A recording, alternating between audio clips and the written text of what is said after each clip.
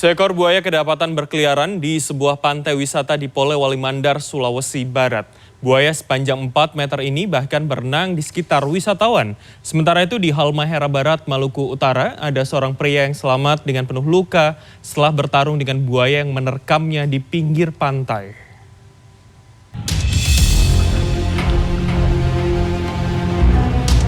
Kemunculan buaya yang sempat terekam kamera warga terjadi pada Kamis pekan lalu. Untunglah saat buaya muncul, pantai wisata Mampie sedang sepi. Setelah cukup lama terlihat berenang menyusuri pantai di antara wisatawan yang menonton, buaya yang diperkirakan sepanjang 4 meter itu akhirnya menenggelamkan diri hingga tidak terlihat lagi. Ikan, bukan, kayaknya penghuni laut ini. Jadi saya penasaran, pulang ambil HP, saya lihat, betul. Itu saya rekam karena apa ya, saking penasarannya rekam sampai jarak dekat itu ternyata betul buaya. Ya, buaya. Sementara itu petugas BKSDA setempat menyebut buaya terkadang berpindah tempat karena berbagai faktor, salah satunya cuaca. Ia mengimbau warga ataupun wisatawan agar waspada, tidak mengusik dan menjaga jarak saat melihat buaya muncul. Seorang pria di Halmahera Barat, Maluku Utara diterkam buaya saat hendak menyelam untuk memanah ikan di pantai di Desa Tuada, Kecamatan Jailolo. Kejadian itu bermula saat korban menyelam untuk memanah ikan pada Senin dini hari di pantai Desa Tuada. Karena gelap, korban mengira buaya yang ada di depannya adalah batang kayu. Seketika buaya langsung menerkam. Korban yang berteriak kemudian dibantu rekannya bertarung melawan buaya hingga berhasil menyelamatkan diri di desa terdekat. Itu ada luka robek beberapa di tangan, ada pun di bagian tangan ya Pak. Cuma di tangan itu cuma luka robek, tetapi pada saat di telinga itu hampir semua agak besar sampai terlepas. Jadi rencananya untuk operasi sebentar itu mungkin kita eksplorasi. Akibat gigitan buaya ini, korban menderita luka di bagian lengan dan dada kiri serta kehilangan daun telinga. Hingga Senin pagi, korban masih menjalani perawatan medis di RSUD Jailolo. Tim Liputan CNN Indonesia.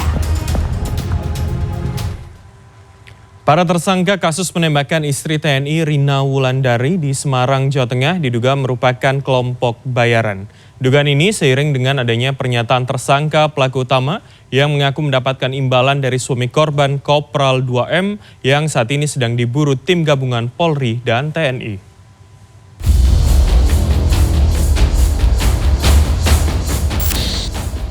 Kasus penembakan Rina Wulandari warga Jalan Cemara, Banyumanik, Semarang pada Senin 18 Juli lalu akhirnya terungkap.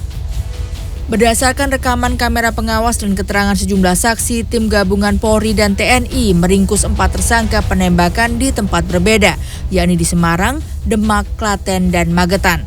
Mereka adalah S alias Babi, AS alias Gondrong, S alias Sirun, dan P. Petugas terpaksa melumpuhkan para tersangka dengan timah panas karena mencoba melawan dan kabur saat akan ditangkap.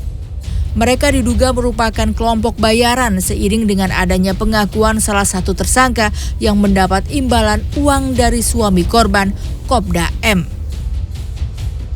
Motifnya ini terkait dengan yang menyuruh melakukan, yang memberi order.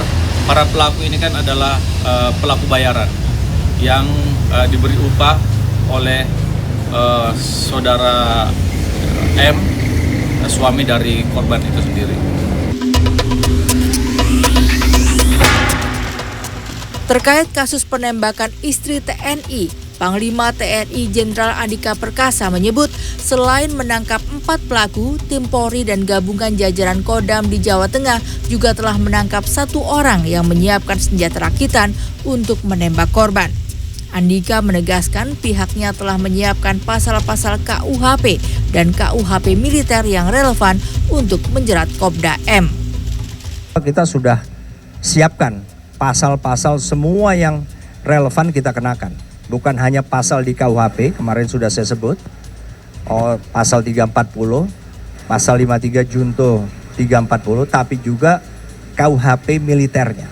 supaya kita pastikan masalah ini ditangani secara proporsional.